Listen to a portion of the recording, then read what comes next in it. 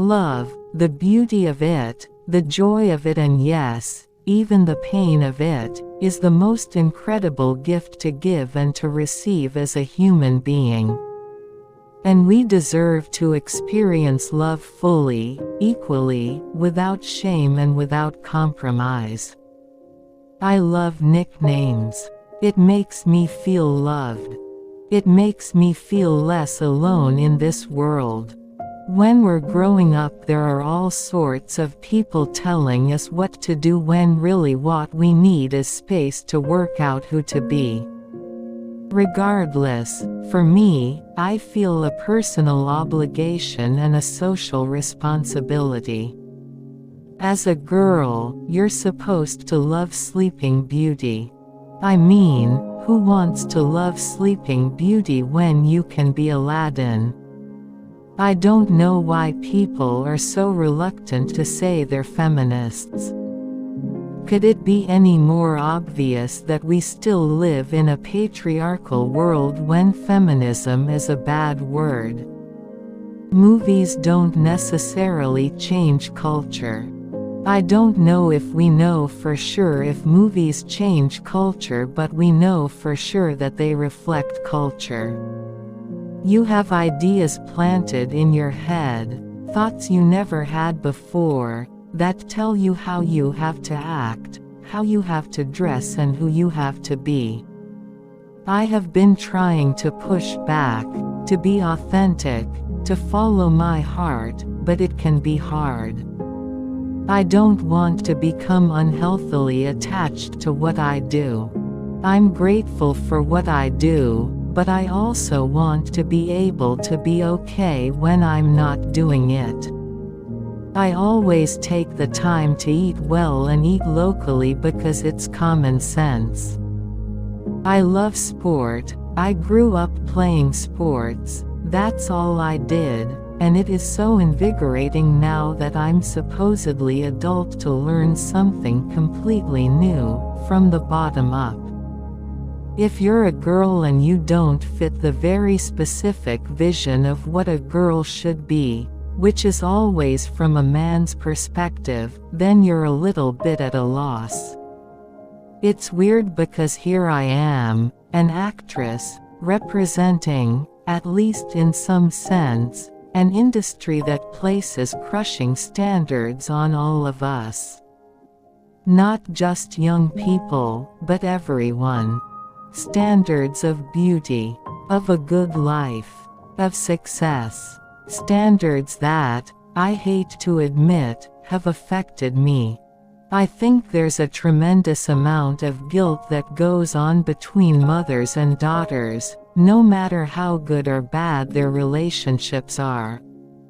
We are just trying to do the best possible job we can.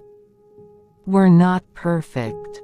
All you can do is trust the positive intention behind it, and we're always going to work to, hopefully, get better and better. It's just something we're talking about and thinking about all the time, reflecting on our privilege, the privilege of what it means even be able to travel. I don't care if people like my character. I just want them to think about the movie's message. I really hope that we'll have a sustainable future on this planet, I really do. So I probably geek out mostly about learning more about how potentially we can hopefully make that happen. Hopefully we're not too far lost. The word responsibility is right, and doing everything you can to educate yourself and learn and be aware. It's much simpler to be tortured on camera or to be filmed losing your mind. Whereas a script that has characters who are honest, witty and genuine is often much harder to act. Of course you have days that are long, you're tired, and things aren't working out, and you can get frustrated, but I would say any of the things that make it less glamorous or cause some complexity or turn you down the road you weren't expecting to go down is a part of the thrill. The thing I like about acting is being able to lose yourself completely in someone else. By focusing on the community, you can learn more about the whole country. Sometimes I see movies and I get almost angry, because I'm like, I can never make that movie. It stems from a jealousy, but from a good kind of jealousy. It's inspirational. One of those things where immediately when you started reading it, you knew it was something special, and then the more you read, the more it surprised you, and the more you realized it was devoid of stereotype.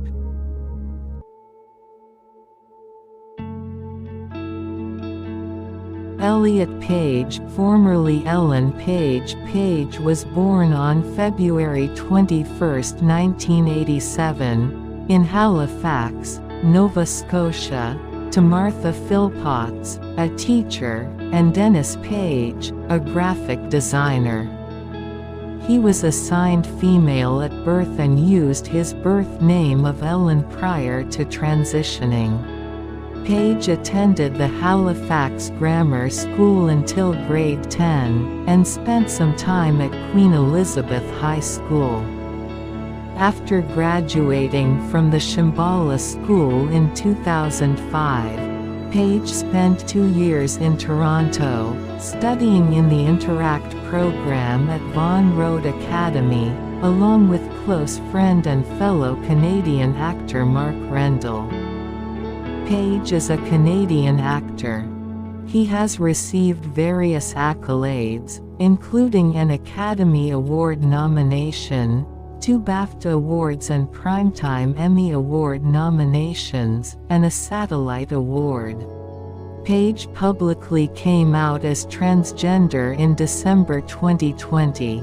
In March 2021, he became the first openly trans man to appear on the cover of Time.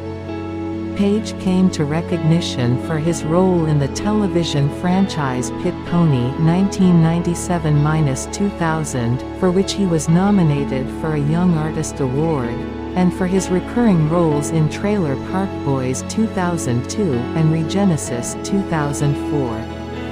One of Page's first roles in a mainstream U.S. distributed film was in the 2003 made-for-television film Going for Broke.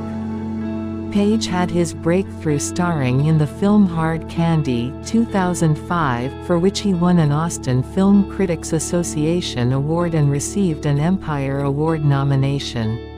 He received critical acclaim for portraying the title role in Jason Reitman's film Juno 2007, and earned nominations for an Academy Award, 2 BAFTA Awards, a Critics' Choice Award, a Golden Globe Award and a Screen Actors Guild Award for his performance.